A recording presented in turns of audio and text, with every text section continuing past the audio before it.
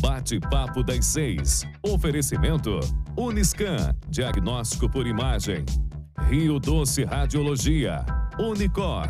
Conquiste e proteja seus bens com a Pagoto Corretora de Seguros e Consórcio. Seguro e consórcio de tudo para todos. Peça sua cotação. Medicina de primeiro monte em Linhares é na Unicor, um centro avançado de diagnóstico por imagem e fisiologia endovascular, acreditado para tratamento de TAV.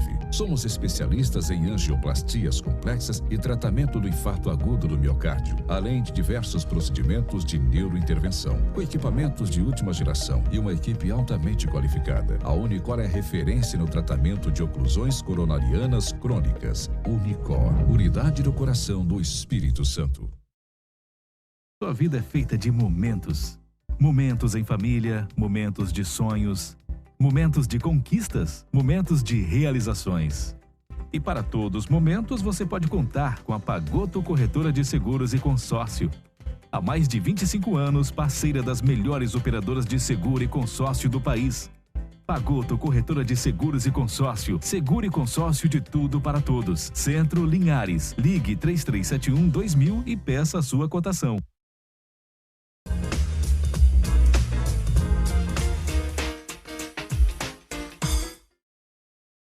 Olá, meus amigos! Começando o nosso bate-papo das 6, nosso encontro de todos os dias, né? Sempre de terça a sexta, das 18 às 19 horas. Nosso encontro aqui trazendo sempre temas muito relevantes para discutir na nossa bancada, nesse bate-papo, nessa conversa franca, nessa conversa boa, né?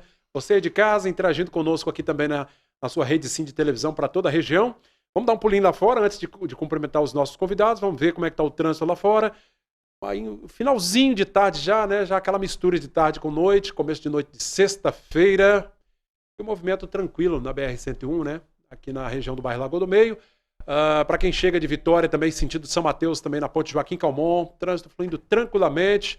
O céu nublado, né? Mas não chove no momento. Há previsão de chuva para o final de semana, principalmente para o domingo, né? Essa chuva deve chegar aqui para a nossa região. Chegar não, deve retornar, porque choveu bastante nos últimos dias, né? Gente, o nosso bate-papo das 6 de hoje não poderia trazer um outro tema que não fosse este. Neste sábado, dia 20 de novembro, é comemorado, é celebrado o Dia Nacional da Consciência Negra, né? Toda essa luta que o negro enfrenta no Brasil, uma questão histórica, essa dívida que o Brasil tem com o negro, e nós vamos conversar sobre este assunto, os avanços que foram possíveis, né, que nós conseguimos, a inserção do negro no mercado de trabalho, vamos falar sobre educação, vamos falar de vários assuntos relacionados aí sobre racismo. A gente teve recentemente um avanço na legislação, que foi a lei de injúria racial, né, o STF reconhecendo, né, colocando em pé de igualdade com racismo, que é um crime mais severo, é um crime hediondo. Então, a partir de agora, a injúria racial, aquela ofensa à pessoa negra, também é um crime hediondo e imprescritível, ou seja, não prescreve nunca, né? Enquanto não for feita a denúncia. Aliás, a denúncia pode ser feita em qualquer momento e poderá ser aberta uma ação penal. Mas nós vamos começar aqui o programa trazendo as coisas boas relacionadas, né, ao negro. Aqui do meu lado está a estudante de Direito, Evelyn Lírio, essa jovem, né? Tudo bem, Evelyn? Tudo, Bem-vinda. Muito bem. Boa tarde a todos. Gostaria de agradecer a oportunidade de estar aqui no programa, falando de um tema que é tão importante para mim, que é a consciência negra, e falando de como foi importante ter essa consciência. Tá desligado o microfone dela? Não? Pode continuar. Tá, achei que estava desligado. Pode continuar.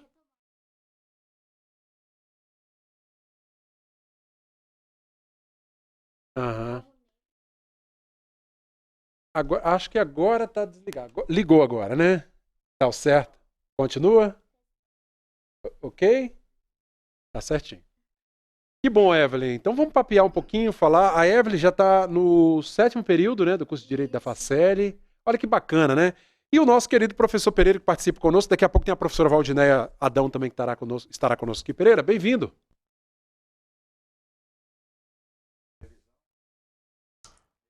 Abrir essa porta e manter essa porta aberta para que a gente possa dialogar com a comunidade de Linhares, do Espírito Santo, e através do canal do YouTube para o Brasil inteiro, né, para o mundo inteiro, sobre temas que são relevantes, né, para a nossa sociedade.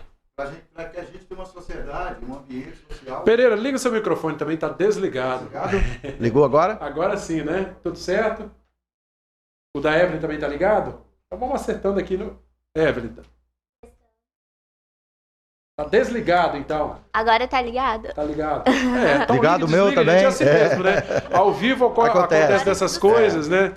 Tava ligado, desligando, mas vamos continuar. Então, Pereira, é um tema que a gente não poderia se furtar de trazer para a bancada.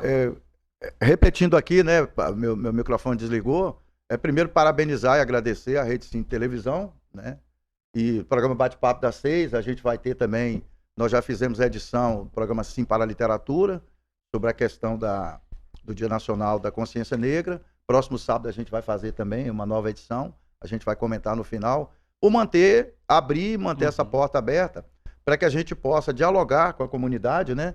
E contribuir para essa tomada de consciência sobre um tema que é tão importante para a nossa sociedade. Afinal de contas, o negro, o pardo, que é declarado pelos dados oficiais do IBGE, compõe 56% da população brasileira. A maioria da população brasileira, né, segundo o IBGE. Ela chegou, professora Valdinéia Adão, conseguiu vencer o trânsito, né? Que tá tenso, né, o trânsito. Daqui a pouco ela entra na tela aí, né? A gente vai conseguir bater um papinho. Tá lá, tá na tela já. Tudo bem, professora? Bem-vinda. Obrigada. Tudo bem? O trânsito tá tenso. Tá tenso. Metropolitana, né? Exatamente. Professora Valdinéia Adão com um link novíssimo, né, professora? Exatamente. É um visual para o mês da consciência negra. Ficou lindo. Toda a identidade do negro. Gente, antes da gente entrar um pouco mais a fundo, né, nessa questão dos avanços, né, Valdinéia, que a gente teve ao longo das décadas, caminhando assim devagarinho, né? Aquele passinho tão curto, né? Parece que é um passo tão pesado de dar nesses avanços de abertura do mercado, de reconhecimento da importância, né, do negro no mercado de trabalho, enfim. Mas vamos falar um pouquinho dessa experiência da Evelyn, né? Que já é essa jovem, 22 anos, né, Evelyn? 22 anos, já tendo aí, já está no 7º período do curso de Direito. Como é que foi para você conseguir uma vaga numa faculdade pública, Pereira, que a gente tinha, na realidade, no passado, essa era uma dificuldade ainda maior para quem é negro, né? Eu digo, essa questão de ter ingressado na vida acadêmica, de achar que isso é importante, como é hoje na minha vida, começou muito antes, e o espaço educacional de debate, de inclusão da pessoa negra foi muito importante. Porque até o meu ensino fundamental, eu estudava em uma escola pública municipal, e aí no meu último ano do ensino fundamental, alguns servidores do IFES foram até a minha escola e anunciaram o processo seletivo. Então foi a partir daí que eu fiquei sabendo dessa instituição federal, e eu ingressei no IFES em 2014 por meio do sistema de cotas raciais. Olha que legal! Então, eu acredito que esse aí foi um ponto de mudança nessa questão de estudo, na questão acadêmica.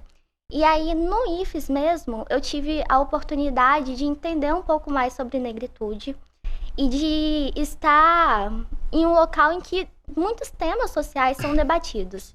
Então, foi a partir daí que a minha mentalidade mudou. Sua cabeça abriu mais nesse sentido, né? De enxergar, me enxergar como negra, enxergar a sociedade como racista, deixar de achar que muitas coisas que eu vivia eram intrínsecas à minha individualidade e entender que isso é um coletivo que afeta muitas pessoas negras. Então, a partir desses debates, eu pude mudar minha perspectiva e enxergar que as pessoas negras, de fato, podem ser inseridas no mercado de trabalho, devem ter oportunidade, por mais que no meu meio familiar ninguém tivesse ingressado na graduação. A partir desses debates de estar lá no IFES, eu entendi que esse era o caminho que eu queria seguir. Olha só. Olha como o ambiente acadêmico, né, Pereira, ele traz, né, o ambiente escolar traz esse assunto tão importante, né? Sim. Na verdade, Cláudio, até falando aqui com o link da experiência da Evelyn, eu costumo falar o seguinte, há uns anos atrás, há umas 2 décadas atrás, tem uma irmã minha que morava em Vitória, né? Ela era casada, morava em Vitória. Essa irmã minha já tem um tempo que ela mora no exterior, e eu tinha a minha cidade, a minha terra natal, a capital, apesar de ser no interior de Minas Gerais, a capital mais próxima é Vitória, né? Porque Belo Horizonte lá fica a 700 quilômetros e Vitória fica a 400 quilômetros. Juntava o fato de minha irmã morar em Vitória, e eu tinha grandes amigos que estudavam na UFES. Eu sempre tive esse envolvimento com o ambiente cultural e tal. Então eu vinha para Vitória, às vezes a gente vinha passar uns dias com a minha irmã, e aí encontrava esses amigos e a gente ia para UFES, né? Festival de música, festival de teatro. E eu chegava na UFES, cara, eu sou de uma família que foi incentivada a estudar. Eu não me sentia parte da UFES, porque a UFES só tinha pessoas brancas, né? Aí o tempo passou, claro que algumas coisas mudaram, e a Uine, minha filha, agora há uns anos atrás, estudou na UFES. Eu sempre fui na UFES e voltei a frequentar a UFES. Você percebe que é um ambiente que está muito mais misturado em termos de cores e de raças, né? Então, assim, a oportunidade, a gente vai ver a professora Valdineia no ambiente da educação, a professora Joana, professora universitária, o Vinícius, que é um advogado, que a gente vai ver um depoimento dele aqui, o Gabriel, que participou, que cineasta, produziu, né? O cineasta que produziu A Coisa Tá Preta, o documentário. São pessoas que, pelo fato de terem estudado, a Evelyn, que participou do documentário. Eu estudo com o Gabriel, somos da participação bem bacana. São pessoas hoje que conseguem formar opinião e são referências para meninos e meninas negras, né, que muitas vezes não se veem diante dessas referências. E isso traz, é fundamental. Isso traz um incentivo, né, professor? Porque assim, o Pereira falando aqui, isso foi há quantos anos, Pereira, essa questão desse contato com a UFES? Há 20, 30 anos? Há uns 30 anos uns 30 atrás. anos. 30 né? anos. Quer dizer, ele não se via Eu naquele não me ambiente, via na né? UFES. Então assim, olha a situação, né, que nós vivíamos. Pois é, e eu tô aqui escutando a Evelyn falar, o Pereira falar, e assim, essa semana eu vi um depoimento da Djamila Ribeiro, que é uma autora negra, né, que vocês, acredito que vocês já conheçam, assim, ela é fantástica nas colocações dela. E gostei muito daquilo que você falou, Evelyn, porque é o que ela chama de lugar de fala. Sim. O negro precisa primeiro se conscientizar de quem é ele e do seu lugar na sociedade, do papel que ele pode desempenhar, e então assumir o seu lugar de fala. Porque quando ele assume o seu lugar de fala, ele mostra para a sociedade que ele está ali, que ele tem direitos, que ele pode buscar um lugar ali. Mas é aquela questão. O lugar de fala é importante porque você precisa falar o que você sente e o que você quer de fato. Porque se você não fala, a sociedade vai entender que está tudo bem. Ou alguém vai falar por você, certo, né? Ou isso aí, você vai perder o seu direito de voz e alguém vai falar o que você deve fazer ou aonde você deve ficar. Então essa consciência ela é muito importante para uma mudança de atitude, até mesmo, primeiro do próprio negro. Da de própria posicionamento, pessoa. né? Isso aí. Se reconhecendo como negro. Essa postura ela tem que ser tomada. Depois, quando as pessoas entenderem que o negro não está satisfeito com a situação que ele vive hoje, aí começam as chamadas, o que a gente chama de políticas públicas, né? Que estão aí tentando, pensando. As ações afirmativas, né? As tais ações afirmativas. Temos avanços, mas ainda é pouco. Estamos longe do ideal. Vou fazer um comentário, Cláudio, para passar para a Evelyn depois. A Chimamanda Ngozi, você deve conhecer, que é uma autora bastante lida hoje no mundo inteiro. Uma autora nigeriana, né? Já ouvi falar. Ela tem um livro que ela escreveu chamado Americaná, que é uma obra de arte, Hibisco Roxo. Ela tem um trabalho muito bacana. E ela escreveu um livro que partiu de uma palestra que ela fez numa universidade nos Estados Unidos, que é O Perigo de uma História Única, né? É a coisa de por que o branco tem que contar a minha história. Ele vai contar sob o olhar dele.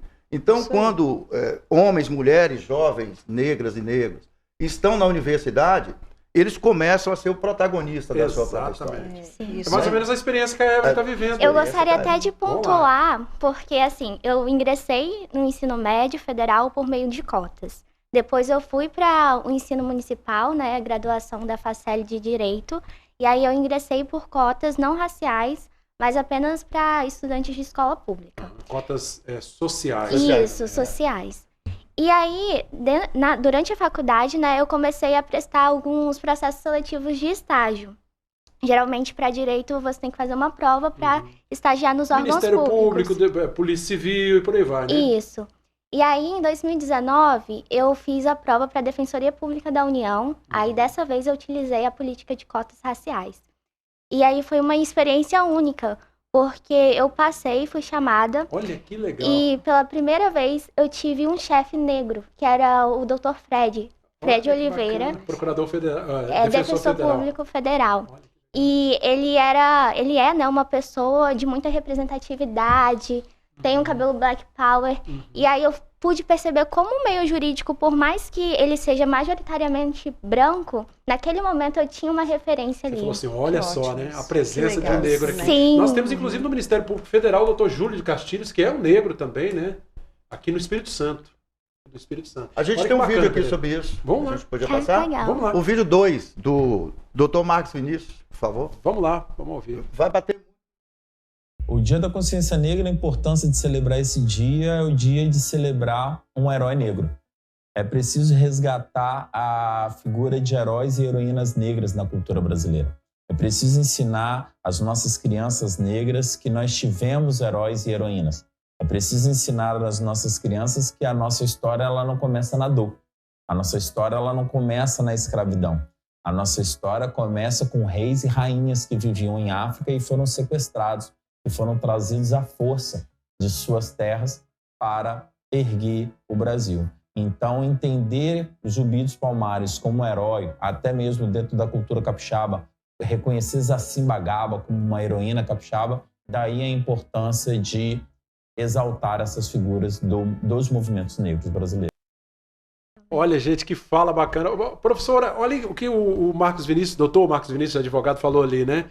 Os livros realmente contam a história de heróis brancos, né? Agora você vê, né? Essa semana eu participei de uma roda de debates com alunos do ensino médio, né? Inclusive, eu tive um aluno que me fez uma pergunta nesse sentido, que eu achei, assim, muito bárbara a visão desse aluno. Que ele me conta o seguinte, ele me perguntou o seguinte: professora, por que é que nunca ninguém me falou que algum dia eu poderia talvez ser um descendente de um rei ou de uma rainha africana? Por que esconderam essa parte da história de mim? Eu fiquei sabendo muito recentemente, lendo alguns livros. Né? Então, essa questão do que o Pereira falou também, a história, essa que a gente conhece inicialmente ali, ela foi contada pela ótica de uma classe que, essa classe dominante que formou a história, que fez a história. Então, o que a gente tem hoje? Hoje nós temos grupos organizados que se unem para tentar recontar essa história de acordo com a visão de seu povo. Isso é muito importante. Porque por séculos essa história ela foi... Eu não posso dizer que ela foi escondida ou que a versão dos fatos ela é mentirosa. Simplesmente é a ótica de quem está contando. Que nesse ponto excluiu... mas contou a sua verdade. E não deixou outros participantes dessa história, outros sujeitos dessa história, como o povo negro, como o povo indígena, por exemplo, contar a sua versão dos fatos. Então, o que chegou para a gente até hoje? A história do europeu dominante que viu o mundo da sua forma etnocêntrica.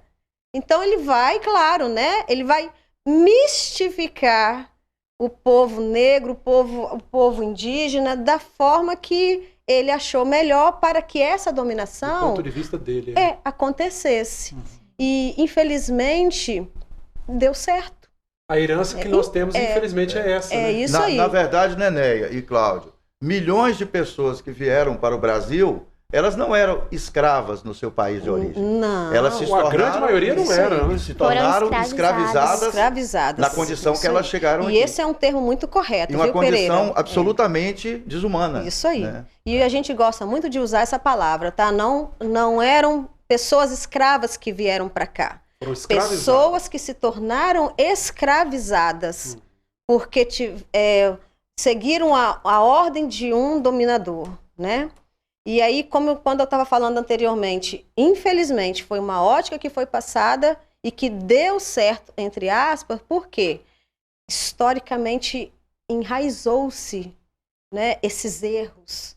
E o povo foi esquecido, a sua história foi esquecida porque por séculos e séculos se contou uma versão, esqueceu-se de contar quais eram as outras versões, né? E aí o que acontece?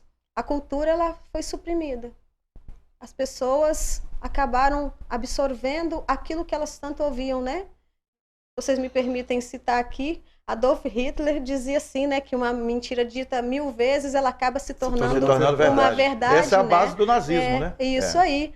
E o que é o nazismo? Um sistema racista, discriminatório, né? Não, e assassino, né? Assassino, é tudo de negativo. O nazismo matou 8 milhões de pessoas. Isso aí. Né? Infelizmente... E é interessante que parte da sociedade alemã da época, famílias honestas da Alemanha, concordaram com o nazismo. Infelizmente. Porque o sistema de Hitler tinha um sistema de rádio, né?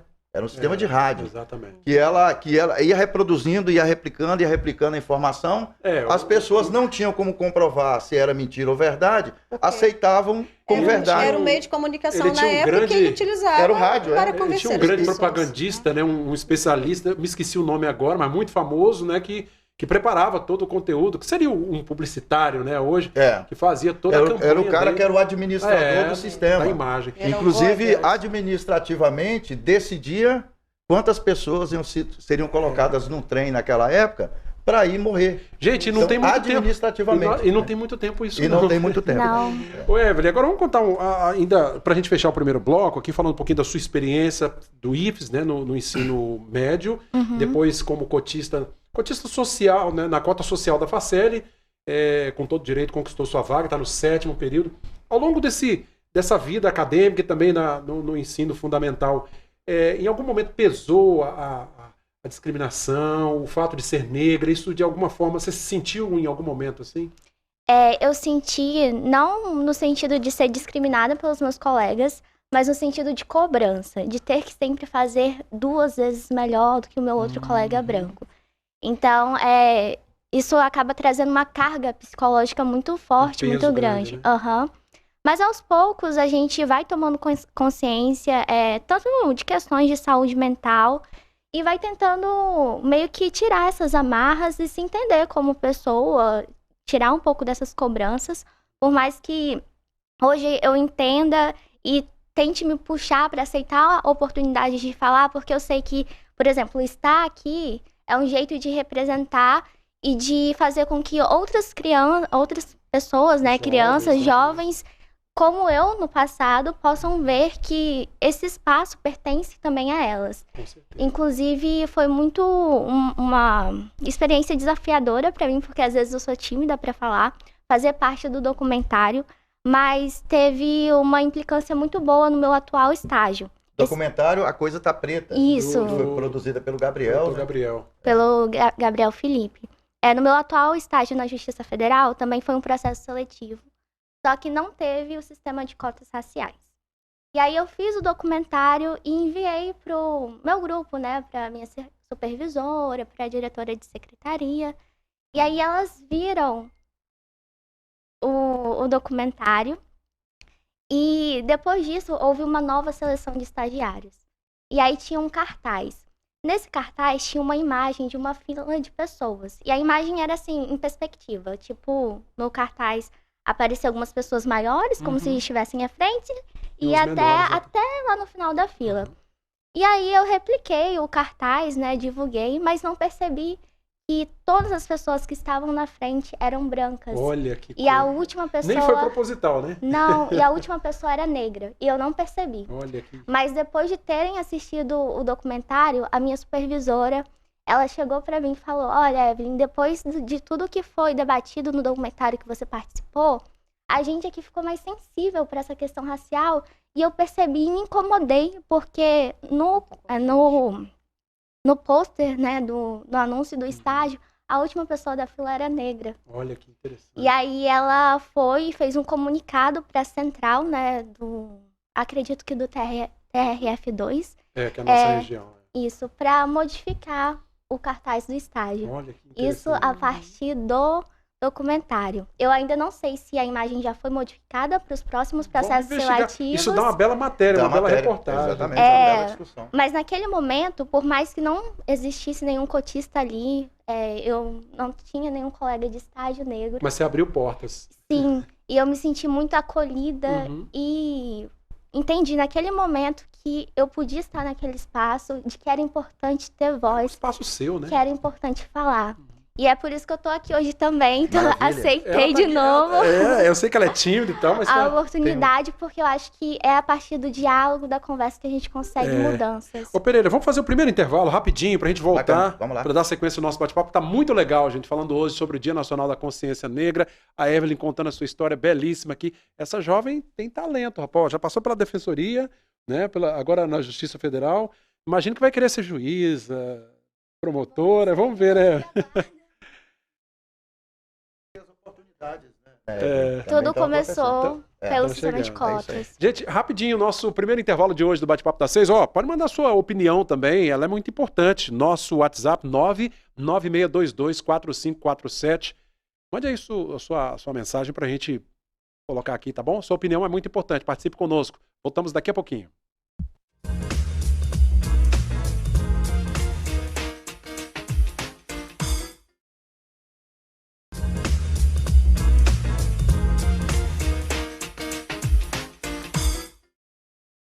De volta, minha gente, com o segundo bloco do Bate-Papo das 6 de hoje. Hoje falando sobre o Dia Nacional da Consciência Negra. Conversando aqui com a estudante, né, universitária Evelyn Lírio, com a professora Valdinéia Adão e o nosso convidado, né, que é da casa, professor Pereira. Obrigado pela presença de todos vocês, né? Hoje a gente foi para o intervalo falando aqui, né, dessa evolução da Evelyn, a inserção dela no ambiente acadêmico, escolar. Pelo jeito, te amadureceu muito, né, Evelyn? Sim. Tô vendo que você é uma jovem, uma cabeça boa, madura. É isso? Sim, contribuiu bastante. O ambiente acadêmico em si faz a gente pensar sobre todas as questões da sociedade, né? Desde temas mais simples até mais complexos. Faz a gente parar de sair, faz a gente sair, na verdade, do automático, daquelas opiniões prontas de senso comum. Às vezes a gente até pode concordar com a opinião do senso comum, mas antes passa por uma reflexão para a gente entender por que a gente pensa dessa forma, né? Então, Ô, Cláudio, amadurece, sim. Vontade, Pereira. eu acho que assim, até pra gente dar um destaque, né professora Neia e Evelyn, sobre a importância desse dia, né? Tem gente que fala assim, é dia de comemoração e tal, né? Na verdade é dia de reflexão. Eu queria sugerir um vídeo, né? Não, vamos sim. E a partir desse vídeo pra gente falar Aliás, um pouco. reforçar também que esse dia 20 é o dia do Zumbi dos Palmares, Dos né? Palmares, Por exatamente. isso, exatamente, o Dia Pedir Nacional os da meninos Consciência para Negra. colocar o vídeo 5. Vamos lá. Número 5 aí, pessoal. jornalista. Vamos acompanhar mais um depoimento aqui no nosso programa de hoje. Dia né? 20 de novembro, Dia da Consciência Negra. Para mim é um dia especial mesmo, para celebrar os meus ancestrais, para celebrar a importância da cultura negra no Brasil, na sociedade brasileira.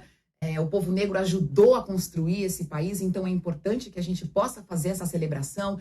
Aí você pensa, muitos povos ajudaram a construir a sociedade brasileira. E é verdade. E por que tem a consciência negra? Porque a gente precisa valorizar essa presença do negro na sociedade brasileira, porque nós somos mais de 50% da população e porque o Brasil ainda vive os reflexos, as consequências do racismo. O Brasil é um país racista. Então, quando você celebra a cultura negra, é também tirar espaço do preconceito, é também tirar o espaço da violência, porque o racismo mata no Brasil. Hoje é importante que a gente reflita sobre isso. Não adianta a gente negar. E se a gente nega, a gente não resolve. É melhor olhar para o problema, ver que pontos, ajudar as nossas crianças brasileiras, brancas e negras, a enxergar esse país e a fazer diferente. A gente pode fazer diferente. A gente deve fazer diferente. As nossas crianças, nós merecemos isso.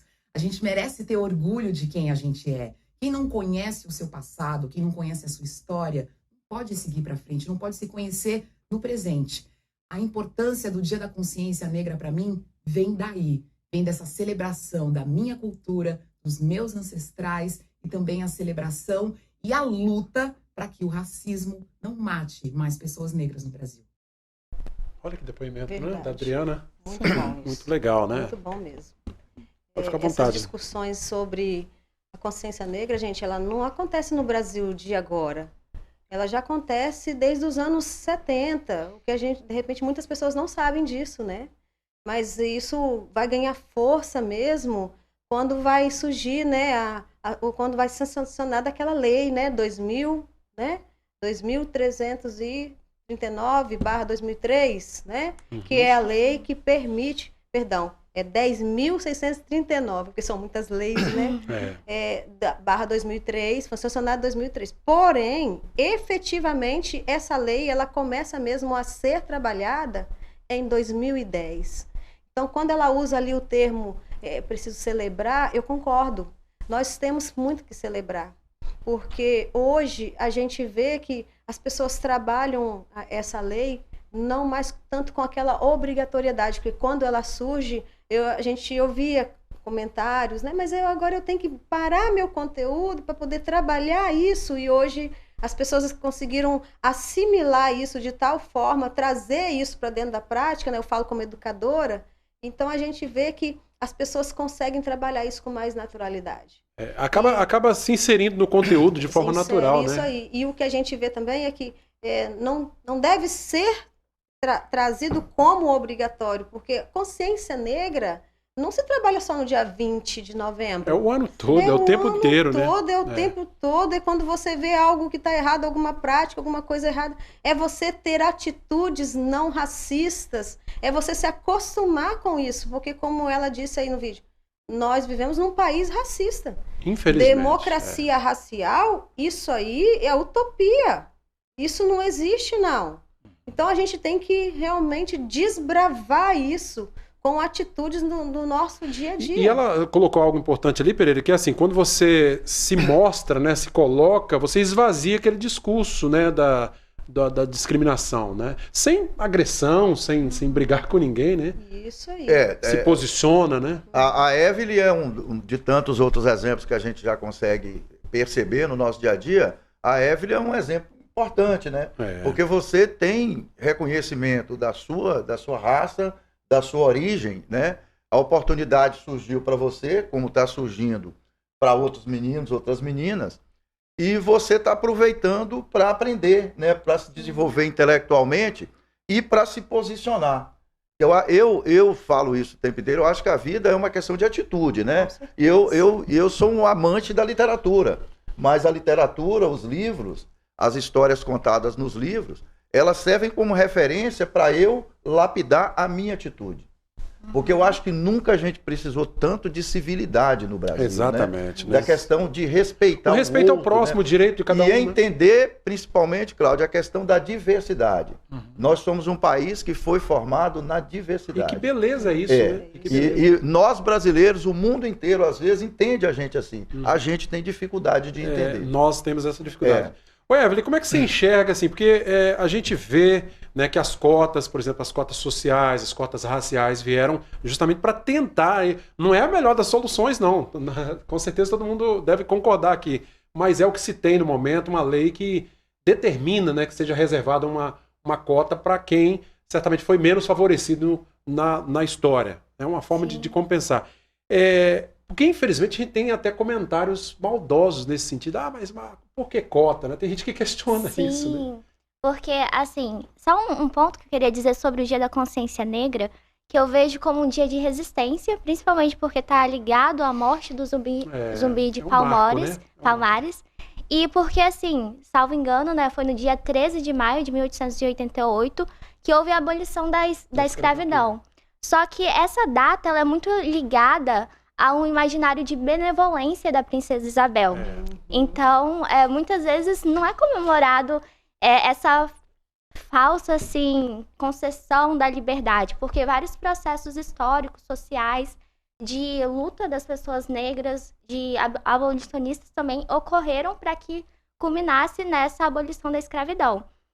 Então, é importante a gente ter outra data para, de fato, comemorar a resistência negra e deixar de lado esse imaginário de que foi algo concedido sem luta. Aliás, se for analisar a história mesmo, a princesa Isabel, essa lei foi publicada na época, o Brasil foi forçado, na verdade. Porque Sim, os países já toda uma pressão internacional. O Brasil foi o último país da América Latina a abolir a escravidão. Não foi nenhuma benevolência dela, não. Então é importante a gente ter essa data para afirmar a resistência, lembrar do Zumbi de Palmares, um quilombo que resistiu por tanto tempo a todo um sistema escravagista. E voltando ao tema das cotas, eu acho que gera polêmica, principalmente porque as pessoas, às vezes, elas se pegam num critério assim de igualdade formal. De fato, pela Constituição, todos nós somos iguais perante a lei. Só que quando a gente vai olhar a realidade, as condições sociais das pessoas não são iguais. E a população negra, assim como indígena, constituem uma minoria. Exatamente. E aí que é necessário a gente entender e diferenciar, porque existe a igualdade formal, que é a igualdade prevista na lei, né? em lei, e existe também a igualdade material. Que é o que está na prática. Isso, que tem até uma frase que retrata muito isso, que é tratar os desiguais na medida das suas desigualdades. E aí um exemplo é, por exemplo, você tem uma pessoa alta e você tem uma pessoa baixa, e você quer que eles tenham o mesmo ponto de vista. É difícil. Igualdade para alguns seria você dar um mesmo caixote para os dois. Só que a diferença entre eles vai permanecer, porque a pessoa alta com caixote, ela vai ficar ainda mais alta, e a pessoa baixa, ela vai ter um pouco mais de vista, mas ainda vai ser menor. Sendo o caixote da mesma altura, né? Isso. Na verdade, a igualdade material é você pegar, deixar lá a pessoa que já tá tendo a vista boa, que ela não tá prejudicada, e você pegar a pessoa baixa e às vezes dar 2 caixotes para que ela possa ter a mesma visão. Aí você coloca ela em pé de igualdade com a outra. Isso. E aí a gente está falando agora do sistema de cotas, porque é justamente isso. A gente está fazendo uma diferenciação de reservar uma porcentagem para algumas pessoas, só que essa diferenciação, ela não é uma diferenciação de uma forma pejorativa ou negativa. E não é benefício para ninguém, Isso, né? é uma reparação histórica. A gente teve mais de 300 anos de escravidão. É meio que ingênuo achar que o nosso sistema econômico, estrutural brasileiro não tem ainda resquícios dessa época. Infelizmente temos muito. Então, é uma forma de reparação às cotas para garantir uma igualdade e colocar as pessoas, de fato, em igualdades sociais de acesso a locais como concursos, né, magistratura, instituições de ensino. Isso nos leva a um ponto, antes de passar para a professora Neia, sobre a discussão sobre o que é meritocracia no Brasil, né? O que é mérito? Como é que eu vou ter mérito se no ponto de largada da oportunidade é desigual, né? Como é que você vai disputar com o filho de uma família que teve condição de dar uma ótima educação para ele e eu não tive essa oportunidade? Como é que lá no ponto de chegada vai discutir o mérito? Nós só vamos resolver isso quando a educação pública for idêntica ou pelo menos acessível, a exemplo do IFES, a exemplo da FACEL. Do contrário. E tem um padrão de ensino igual para todo mundo. Escolas da rede estadual, que a gente conhece aqui, né?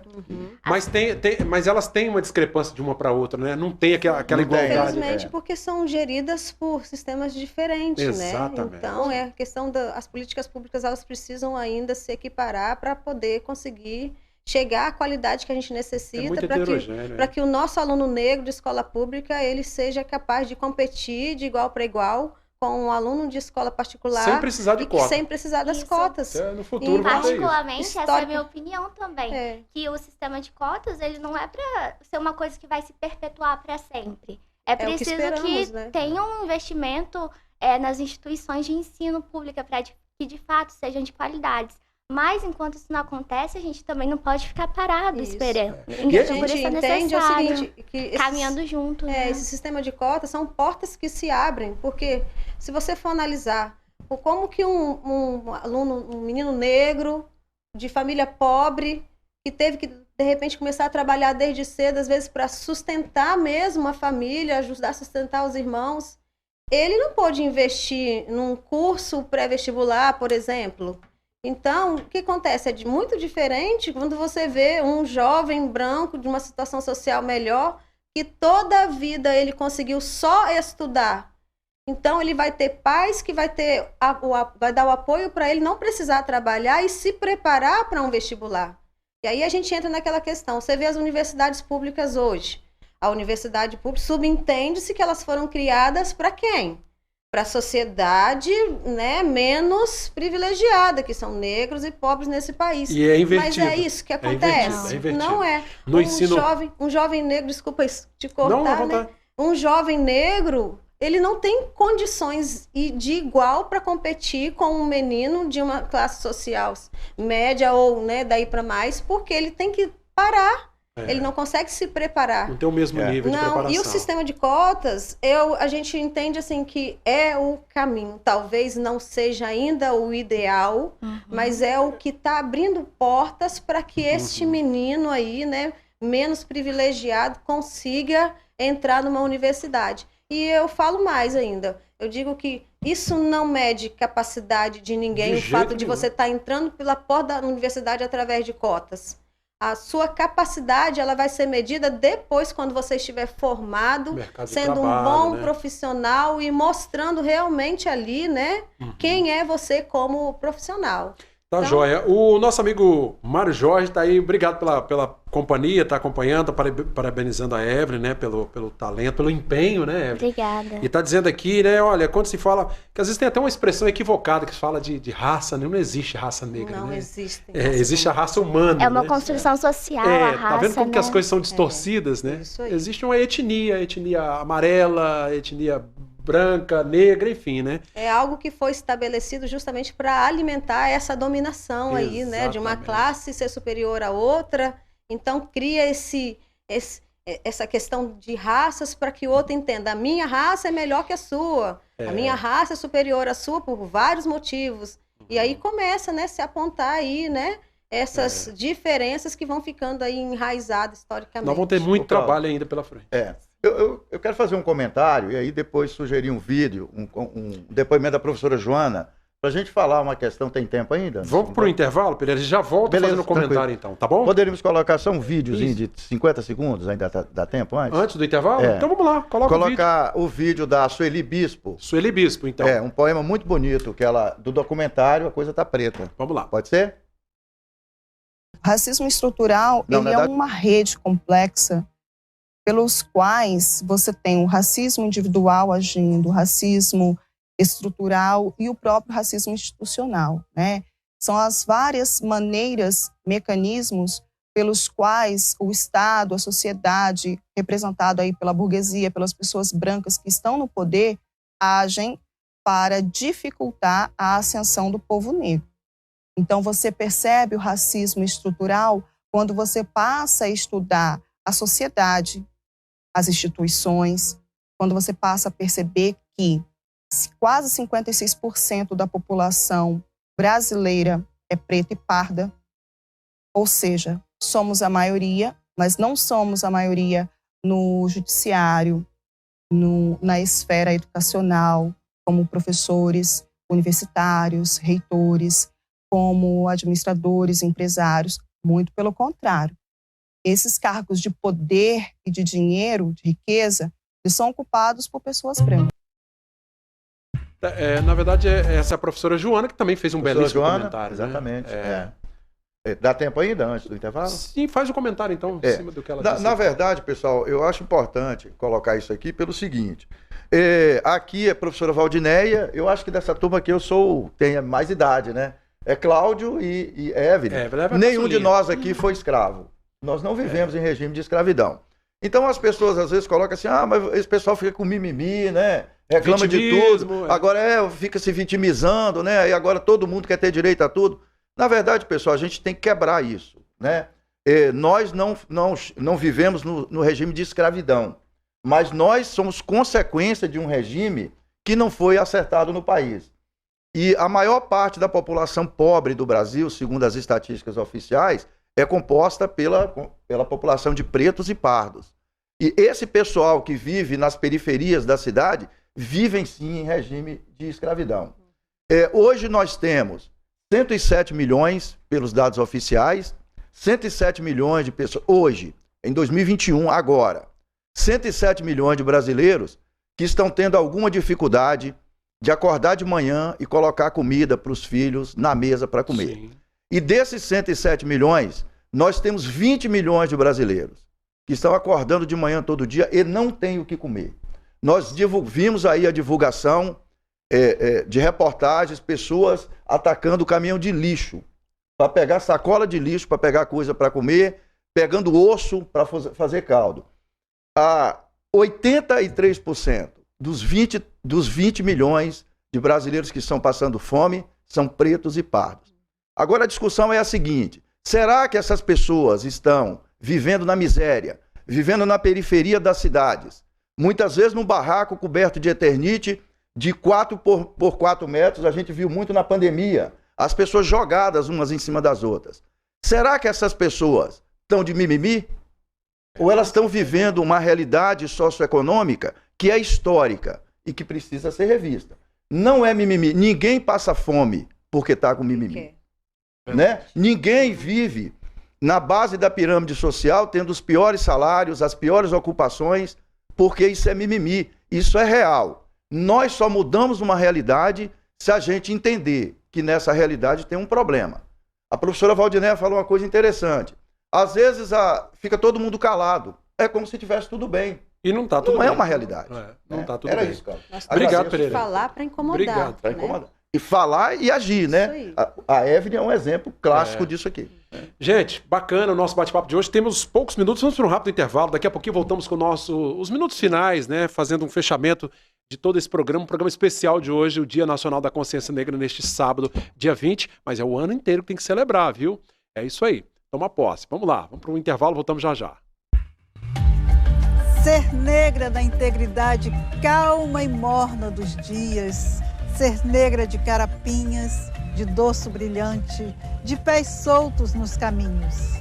Ser negra de negras mãos, de negras mamas, de negra alma.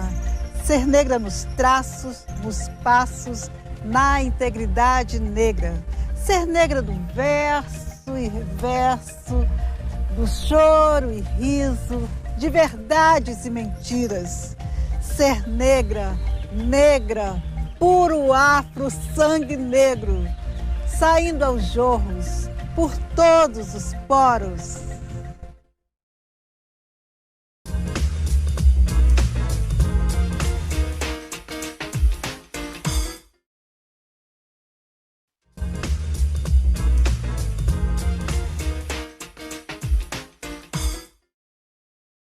Afinal, de que cor será sentir? Será que o amor tem uma cor? Será vermelho o ódio? Será branca a paz?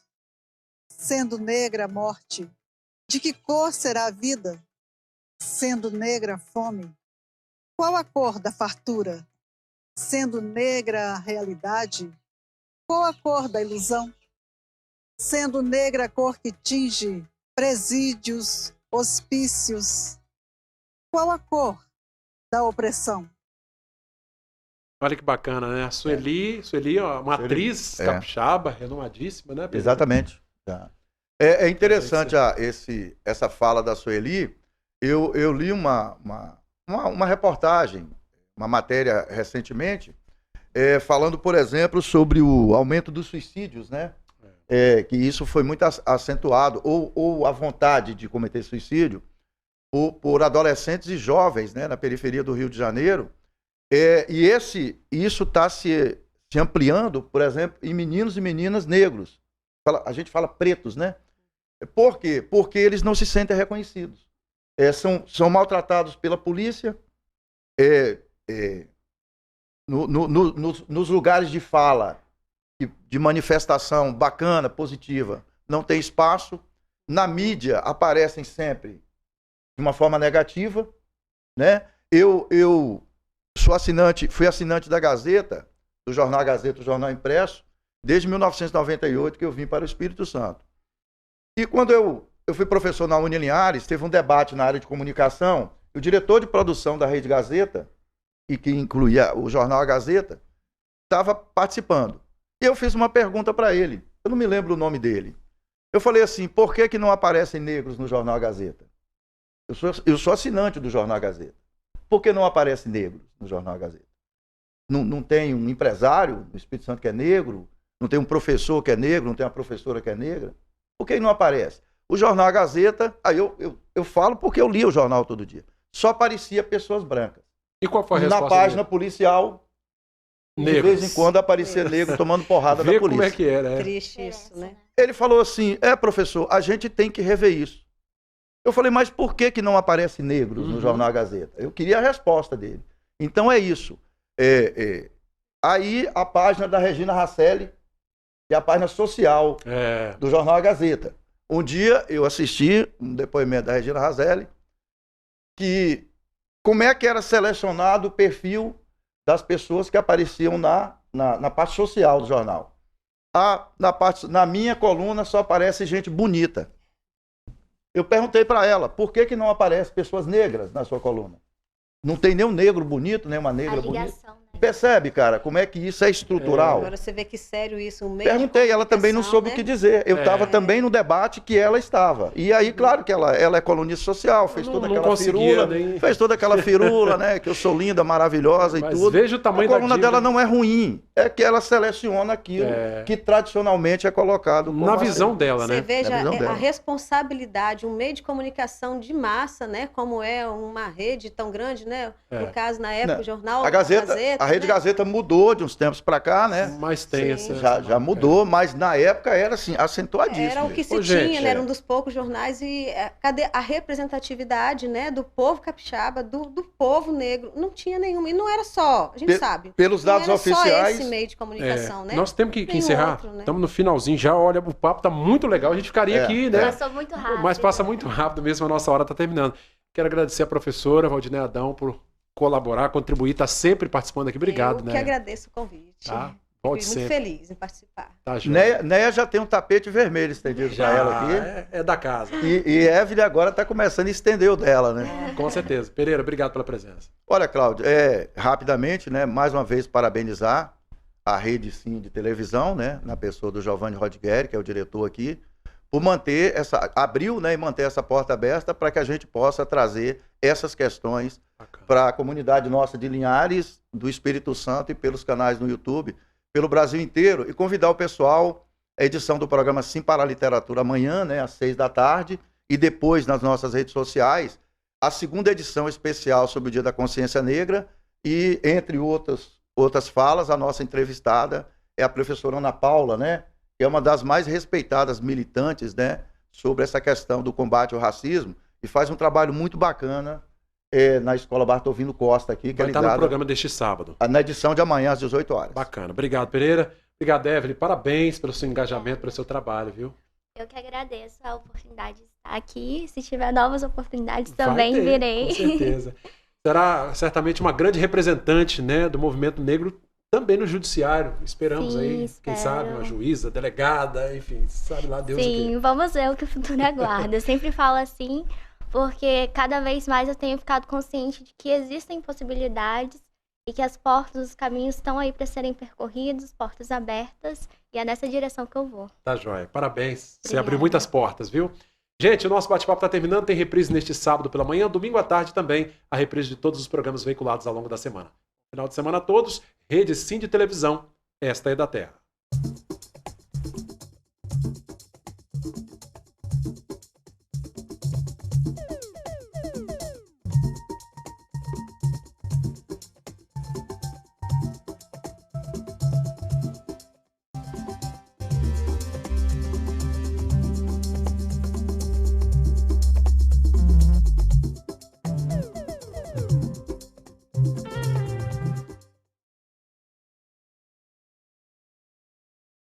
Bate-papo das 6. Bate-papo das 6. Oferecimento: Uniscan, diagnóstico por imagem. Rio Doce Radiologia. Unicor. Conquiste e proteja seus bens com a Pagoto Corretora de Seguros e Consórcio. Seguro e consórcio de tudo para todos. Peça sua cotação.